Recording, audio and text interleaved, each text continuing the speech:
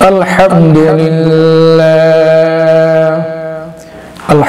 لله نحمده ونستعينه ونستغفره ونعوذ بالله من شرور أنفسنا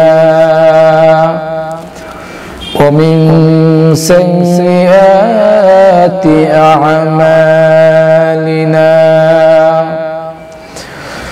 من يهده الله فلا مضل له ومن يضلل فلا هادي له وأشهد أن لا إله إلا الله وحده لا شريك له وأشهد أن محمدًا عبده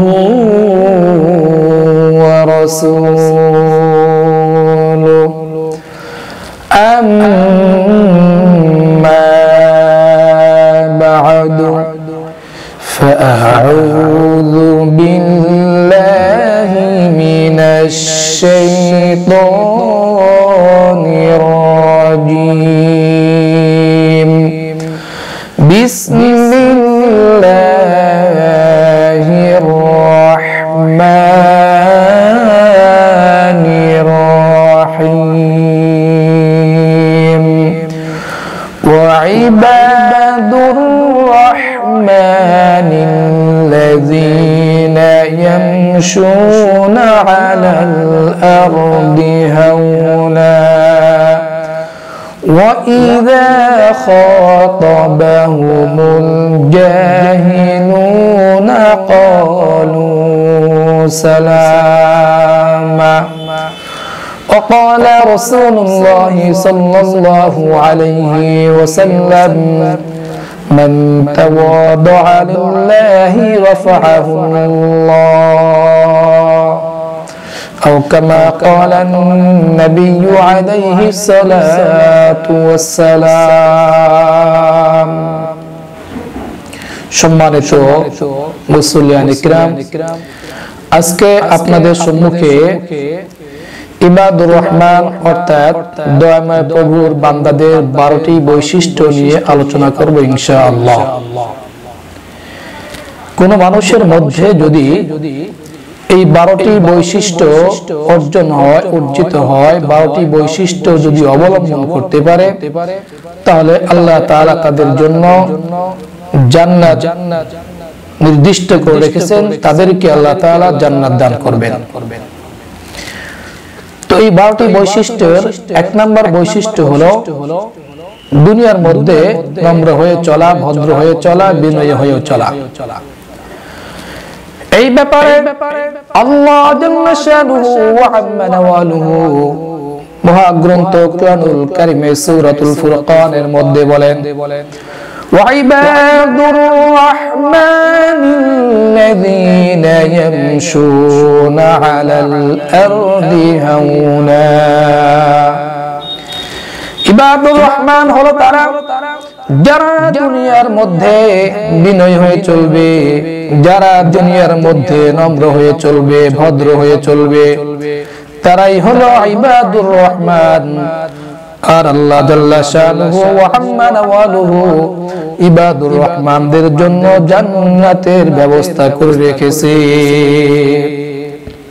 তাহলে দুনিয়ার মধ্যে বিনয়ী হয়ে চলা, এটা হলো জান্নাতি বান্দাদের 12টি বৈশিষ্ট্য একটি বৈশিষ্ট্য।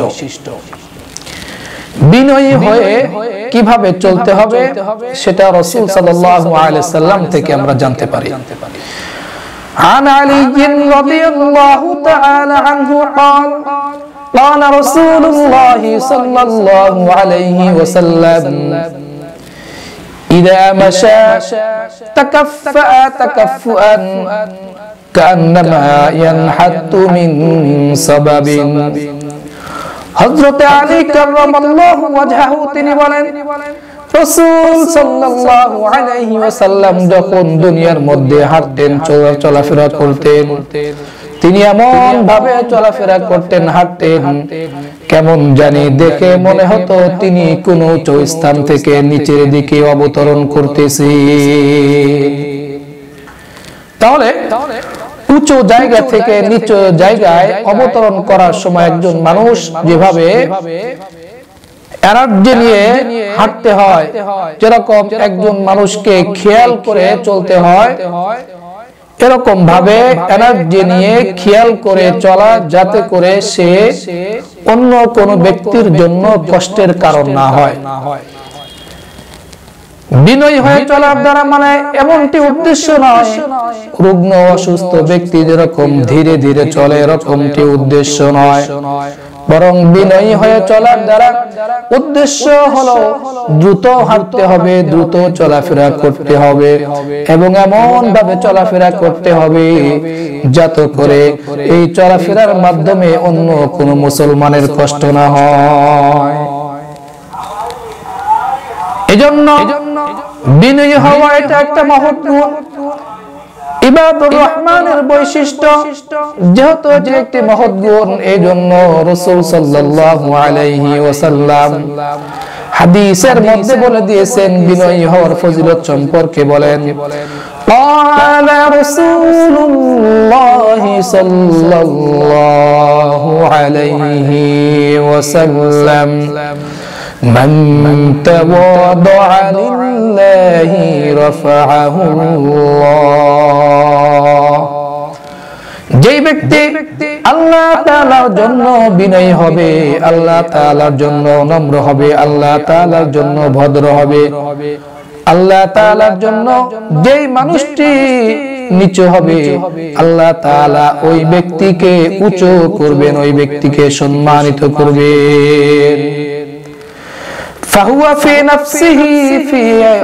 ফি নাফসিহি সগীরুন, ওই ব্যক্তি নিজের দৃষ্টিতে সে ছোট মনে হবে, ওয়া ফি আয়ুনিন নাসি আযীমুন, কিন্তু আল্লাহ তাবারক ওয়া তাআলা দুনিয়ার সমস্ত মানুষদের কাছে ওই ব্যক্তিকে বড় করে দেখাবে। এজন্য বিনয়ী হওয়া, নম্র হওয়া এটা একটা অনেক মহৎ একটি গুণ, যেই গুণের মাধ্যমে আল্লাহ জাল্লা শানুহু তাকে সমস্ত মানুষের কাছে সম্মানিত করবেন, অথচ নিজের কাছে ছোটই মনে হবে। এজন্য রাসূল সাল্লাল্লাহু আলাইহি ওয়াসাল্লাম তিনি নিজে নিজে বেশি বেশি দোয়া করতেন, আল্লাহুম্মা জাআলনি সাবুরা ওয়াজআলনি শাকুরা ওয়া ফি আইনি সাগীরা ওয়া ফি আ'য়ুনিন নাসি কাবীরা। রাসূল সাল্লাল্লাহু আলাইহি ওয়াসাল্লাম আল্লাহ তাআলার কাছে দোয়া করতেন, হে আল্লাহ, আপনি আমাকে ধৈর্যশীল বান্দা বানান, আপনি আমাকে শুকরগুজার বান্দা বানান, এবং আপনি আমাকে আমার চোখে ছোট করে দিন, এবং দুনিয়ার সমস্ত মানুষদের কাছে আপনি আমাকে বড় করে ফুটিয়ে তুলুন। এজন্য যদি কোনো মানুষ নিজেকে ছোট মনে করে তখনই বিনয়ী হওয়া সম্ভব হয়, আর এই বিনয়ী যখন হয় তখন আল্লাহ তাআলা অন্য মানুষদের কাছে তাকে সম্মানিত করেন। আর ইবাদুর রহমানের প্রথম বৈশিষ্ট্যই হলো বিনয়ী হওয়া। যদি কোনো মুসলমান বিনয়ী না হয়, যদি কোনো মানুষ বিনয়ী না হয়, তাহলে বিনয়ের বিপরীত যেটা অহংকার, মানুষের মধ্যে অহংকার চলে আসবে। হয়তো বিনয়ী হবে মানুষ অথবা অহংকারী হবে, দুইটা কখনো একসাথে এক ব্যক্তির মধ্যে জমা হতে পারে না। এজন্য যদি কোনো মানুষ বিনয়ী না হয়, তার মধ্যে অহংকার চলে আসে, আর আল্লাহ তাআলা অহংকারকারীদেরকে দুনিয়াতেও পছন্দ করবেন না, কাল কিয়ামতের ময়দানে আল্লাহ তাআলা অহংকারীদেরকে জান্নাতে প্রবেশ করাবেন না। সূরাতুল হাদীদের মধ্যে আল্লাহ তাআলা বলেন, লিকাই লা তাসাউ আলা মা ফাতাকুম ওয়া লা তাফরাহু বিমা আতাকুম ওয়াল্লাহু লা ইউহিব্বু কুল্লা মুখতালিন ফখুর। আল্লাহ তাআলা বলেন লিকাইলা তাসাউ আলা মা ফাতাকুম, তোমাদের যে ধন সম্পদ বিনষ্ট হয়ে গেছে এটার উপরে তোমরা আফসোস করো না। ওয়ালা তাফরাহু বিমা আতাকুম, এবং আল্লাহ তাআলা তোমাদেরকে যে ধন সম্পদ দান করেছেন সেটার উপরে তোমরা অহংকার করো না, গর্ব করো না, ফখর করো না। যদি তোমরা অহংকার করো, ফখর করো, গর্ব করো, আল্লাহ তাআলা বলেন ইন্নাল্লাহা লা ইউহিব্বু কুল্লা মুখতালিন ফখুর। আল্লাহ জাল্লা শানুহু ওয়া আম্মা নাওয়ালুহু কখনোই অহংকারকারী ব্যক্তিদেরকে বিন্দুমাত্র পছন্দ করেন না। হযরত লুকমান হাকিম তার সন্তানকে যখন ওসিয়ত করতেছিলেন, অনেকগুলো ওসিয়তের মধ্যে এমনি একটি ওসিয়ত এমন ছিল, তিনি বলেন ওয়ালা তুসাইর খাদ্দাকা লিন-নাসি ওয়ালা তামশি ফিল আরদি মারহা ইন্নাল্লাহা লা ইউহিব্বু কুল্লা মুখতালিন ফখুর। হে আমার বৎস, লা তুসাইর খাদ্দাকা লিন-নাস, তুমি মানুষদের সামনে অহংকার বশত গাল ফুলিয়ে ফুলিয়ে তুমি হেঁটো না। ওয়ালা তামশি ফিল আরদি মারহা, দুনিয়ার বুকে ভূপৃষ্ঠে তুমি অহংকার করে চলো না, গর্ব করে চলো না, দম্ভ করে চলো না। জেনে রাখো নিশ্চয় আল্লাহ জাল্লা শানুহু ওয়া আম্মা নাওয়ালুহু দুনিয়ার কোন অহংকারীদেরকে বিন্দুমাত্র পছন্দ করেন না, ভালোবাসেন না। তাহলে বিনয়ী না হলে একটা মানুষ অহংকারী হবে, আর অহংকারের আল্লাহ তাবারক ওয়া তাআলা অহংকারীকে বিন্দুমাত্র পছন্দ করেন না। আর যে মানুষটিকে আল্লাহ তাআলা পছন্দ করবেন না, ওই মানুষটি কখনো সৌভাগ্যবান হবে না। কাল কিয়ামতের ময়দানে আল্লাহ তাআলা তাকে জান্নাত দিবেন না, বরং আল্লাহ জাল্লা শানুহু ওয়া আম্মা নাওয়ালুহু অহংকারকারী ব্যক্তিদেরকে জাহান্নামে প্রবেশ করাবেন। عن أبي هريرة رضي الله تعالى عنه قال قال رسول الله صلى الله عليه وسلم رسول صلى الله عليه وسلم ارشاد করেছেন لا تدخلوا من كان لا تدخلوا الجنة من كان في قلبه مثقال ذرة من كبر। যেই মানুষটির মধ্যে অনুপরিমাণ বিন্দু পরিমাণ অহংকার থাকবে, ওই মানুষটি কাল কিয়ামতের ময়দানে জান্নাতে প্রবেশ করতে পারবে না। অপর হাদিসের মধ্যে রাসূল সাল্লাল্লাহু আলাইহি ওয়াসাল্লাম বলেন আলা উখবিরুকুম বিআহলিন নার, আমি কি তোমাদেরকে জাহান্নামীদের কথা বলবো না? অর্থাৎ কোন মানুষগুলো জাহান্নামের অধিকারী হবে, এই কথা বলে রাসূল সাল্লাল্লাহু আলাইহি ওয়াসাল্লাম তিন প্রকারের মানুষের কথা বললেন, যে তিন প্রকার মানুষগুলো জাহান্নামী হবে। এক নাম্বার হলো কুল্লু উতুল্লিন, দুই নাম্বার হলো জাওয়াদিন, তিন নাম্বার হলো মুস্তাকবিরিন। অর্থাৎ আল্লাহ জাল্লা শানুহু জাহান্নামীদের তিন প্রকারের এক প্রকার জাহান্নামী হলো অহংকারী ব্যক্তিগণ। এজন্য অহংকারী হওয়া যাবে না, অবশ্যই বিনয়ী হতে হবে। বিনয়ী, নম্রতা, ভদ্রতা যে মানুষটির মধ্যে থাকবে, আল্লাহ তাবারক ওয়া তাআলা ওই ব্যক্তিকে জান্নাতে প্রবেশ করাবে। এটা হলো এক নাম্বার গুণ। ইবাদুর রহমানের এক নাম্বার বৈশিষ্ট্য হলো বিনয়ী হওয়া, অহংকারী না হওয়া। আর এই বিনয়ী হওয়া যে মানুষটি অবলম্বন করতে পারবে, আল্লাহ তাবারক ওয়া তাআলা তাকে জান্নাতে প্রবেশ করাবে। ইবাদুর রহমানের দ্বিতীয় বৈশিষ্ট্য হলো وَإِذَا خَاطَبَهُمُ الْجَاهِلُونَ قَالُوا سَلَامًا। ইবাদুর রহমান তারা যখন ইবাদুর রহমান ওই ব্যক্তিদেরকে বলবে যারা যখন কোন অজ্ঞ মূর্খ ব্যক্তি তাদের সাথে তর্ক করতে আসবে, সম্বোধন করবে, কথা কাটাকাটি করতে চাইবে, ক্বালু সালামা, ইবাদুর রহমান যারা হবে তারা ওই তর্ককারী ব্যক্তিদের সাথে বিন্দুমাত্র তর্ক করবে না, বরং তাদেরকে সালাম বিনিময় করে তাদের উপরে শান্তি বর্ষিত করে সালাম দিয়ে তারা পাশ কেটে চলে যাবে। দুনিয়ার মধ্যে এমন অনেক মানুষ রয়েছে যারা সঠিক হক হালাল বুঝতে চায় না, তাদেরকে কোরআন হাদিসের মাধ্যমে সঠিকটা বুঝাইতে চাইলেও তারা বোঝে না। তো এরকম যে মানুষগুলো বুঝ নেওয়ার মন মানসিকতা রাখে না, বরং তারা তর্ক করতে চায়, এরকম তর্ককারী ব্যক্তিদের দেখলে তাদেরকে সালাম বলে তারা চলে যাবে। এই যে তর্ক না করে, তর্ককারীদের সাথে তর্ক না করে, গালমন্দ না করে, বরং তর্ককারীদেরকে সালাম দিয়ে যারা চলে যাবে তারাই হলো ইবাদুর রহমান।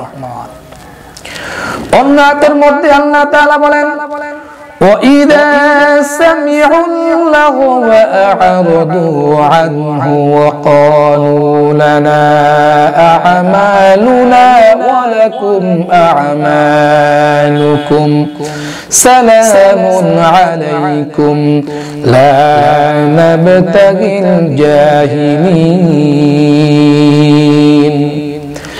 ইবাদুর রহমানের বৈশিষ্ট্য যে মানুষগুলোর মধ্যে থাকবে, ইদা সামিউল লাগওয়া, যখন তারা অনর্থক কথা শুনবে, যখন তারা অমূলক কথাবার্তা শুনবে, তখন তারা আরাদু আনহু, তখন তারা ওই অপ্রয়োজনীয় কথা বলনেওয়ালাদের থেকে মুখ ফিরিয়ে অন্য মুখে চলে যাবে এবং তারা এটা বলতে থাকবে, লানা আমালুনা ওয়া লাকুম আমালুকুম, আমাদের জন্য আমাদের আমল, তোমাদের জন্য তোমাদের আমল, সালামুন আলাইকুম, অতএব তোমাদের উপরে শান্তি বর্ষিত হোক, লা নাবতাগিল জাহিলিন, আমরা জাহেল মূর্খদের অন্তর্ভুক্ত হতে চাই না।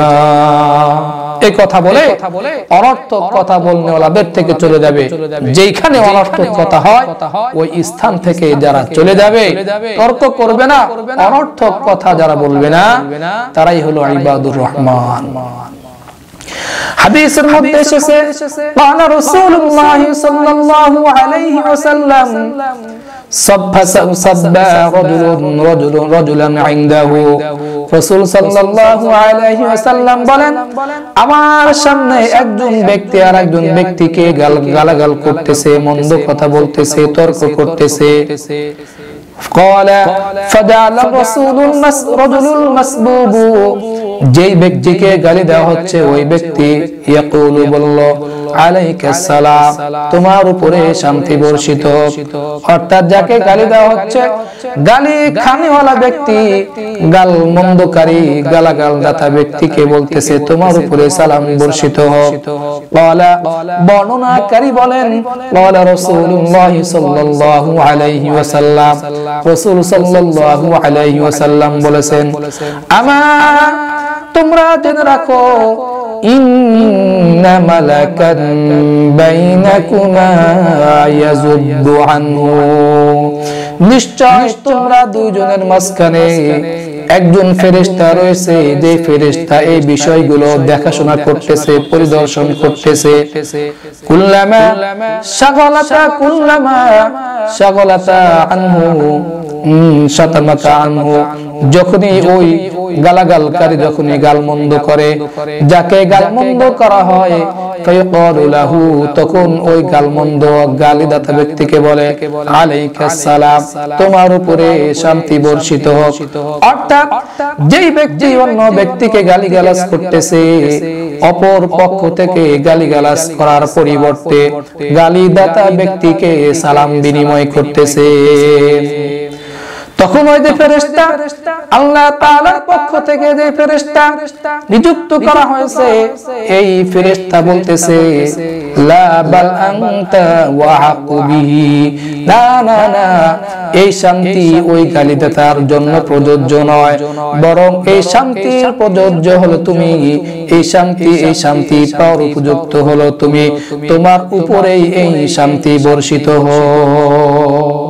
এজন্য কোন ব্যক্তি যদি গালাগাল করতে চায়, মন্দ কথা বলতে চায়, তাহলে ওই ব্যক্তির সাথে মন্দ কথা না বলে, গালিগালাজ না করে, তর্ক না করে তাকে সালাম দিয়ে চলে যাওয়া, তাহলে এই সালাম ওই ব্যক্তির উপরেও যেরকম দেওয়ার পরে মূলত এই সালামটা যেই ব্যক্তি দিবে তার উপরেই বর্ষিত হবে, কারণ সে গালিগালাজের পরিবর্তে সালাম বিনিময় করতেছে। এজন্য এই সালাম, এই শান্তির হকদার সালামদাতা নিজেই। এজন্য ইবাদুর রহমানের তৃতীয় বৈশিষ্ট্য হলো কি করবে না, গালিগালাজ করবে না, বরং কোন ব্যক্তি যদি গালিগালাজ করে, তর্ক করে, তাহলে ওই তর্ককারী ব্যক্তির সাথে তর্ক না করে তার সাথে সালাম বিনিময় করে চলে যাওয়া, এটা হলো ইবাদুর রহমানের 2 নম্বর বৈশিষ্ট্য। ইবাদুর রহমানের তৃতীয় বৈশিষ্ট্য হলো والذين يبيتون لربهم سجدا وقياما। ইবাদুর রহমান হলো তারা যারা গভীর রজনীতে মোবাইল দেখে না, গভীর রজনীতে রাত জেগে জেগে টেলিভিশন দেখে না, গভীর রজনীতে রাত্রি জেগে জেগে মুভি দেখে না, নাটক সিনেমা দেখে না, বরং ইবাদুর রহমান হলো তারা যারা গভীর রজনীতে উঠে সিজদা এবং রুকুর মাধ্যমে রাত্রি শেষ করে দেয়। অর্থাৎ রাত্রিতে দাঁড়িয়ে দাঁড়িয়ে যারা তাহাজ্জুদের নামাজ আদায় করে, এরাই হলো ইবাদুর রহমান। ইবাদুর রহমানের তৃতীয় বৈশিষ্ট্য তাহাজ্জুদের নামাজ আদায় করে। আর এই তাহাজ্জুদের নামাজ কিয়ামুল লাইল যারা আদায় করে তাদের জন্য অনেক সুসংবাদ রয়েছে। আল্লাহ জাল্লা শানুহু ওয়া আম্মা নাওয়ালুহু মহাগ্রন্থ কুরআনুল কারীমের সূরাতুল বনী সূরা বনী ইসরাঈলের মধ্যে বলেন, ওয়া মিনাল লাইলি ফাতাহাজ্জাদ বিহি নাফিলাতান লাক আসা আন ইয়াবআসাকা রাব্বুকা মাকামান মাহমুদা। ومن الليل فتهجد به نافلة لك। রাত্রির কিছু অংশ যে মানুষটি দাঁড়িয়ে দাঁড়িয়ে তাহাজ্জুদের নামাজ আদায় করলো, এটা তোমার জন্য অতিরিক্ত নামাজ, নফল নামাজ। আর যেই ব্যক্তি তাহাজ্জুদের নামাজ, নফল নামাজটি আদায় করবে, ওই ব্যক্তির ব্যাপারে আল্লাহ তাআলা বলেন, আসা আইয়াবআসাকা রাব্বুকা মাকামান মাহমুদা। আশা করা যায়, সম্ভাবনা আছে তোমার রব তোমাকে প্রশংসনীয় স্থানে বসবাস করতে দিবে। প্রশংসনীয় স্থান অবশ্যই জান্নাত।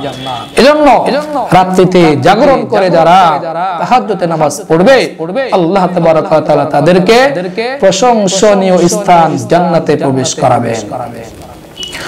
قال رسول الله صلى الله عليه وسلم أفضل الصيام بعد رمضان شهر الله المحرم। রমজানের পরে সবচেয়ে ফজিলতপূর্ণ রোজা হলো মুহররম মাসের রোজা, এবং 5 ওয়াক্ত নামাজের পরে সবচেয়ে ফজিলতপূর্ণ উত্তম নামাজ হলো রাতের নামাজ, তাহাজ্জুদের নামাজ। ওয়াফদালুস সালাতি বাদাল ফরিদাতি সালাতুল লাইল। 5 ওয়াক্ত ফরজ নামাজের পরে সবচেয়ে ফজিলতপূর্ণ হলো রাতের নামাজ আর তাহাজ্জুদের নামাজ। হাদিসের মধ্যে রাসূল সাল্লাল্লাহু আলাইহি ওয়াসাল্লাম বলেন, ইয়া আইয়ুহান নাসু আফশুস সালাম ওয়া আতঈমুত তুআম ওয়া সাল্লু বিল লাইলি ওয়ান নাসু নিয়াম। হে দুনিয়ার মানুষ, তোমরা গভীর রজনীতে ঘুমের মধ্যে থেকো না, বরং তোমরা নামাজ আদায় করো। এবং আরেকটি কাজ হলো দিনের বেলায় সালাম বিনিময় করো, বেশি বেশি সালাম বিনিময় করো। এবং তোমাদের প্রতিবেশী, পাড়া প্রতিবেশী, গ্রামবাসী যে মানুষগুলো অভাবী রয়েছে, যারা তিন বেলা সুন্দর করে খেতে পারে না, তাদেরকে খানা খাওয়াও। এই তিনটি কাজ যদি তোমরা করতে পারো তাহলে তোমরা সুসংবাদ শুনে নাও, তাদখুলুল জান্নাতা বিসালাম, তাহলে তোমরা শান্তির সাথে নিরাপত্তার সাথে জান্নাতের মধ্যে প্রবেশ করতে পারবে।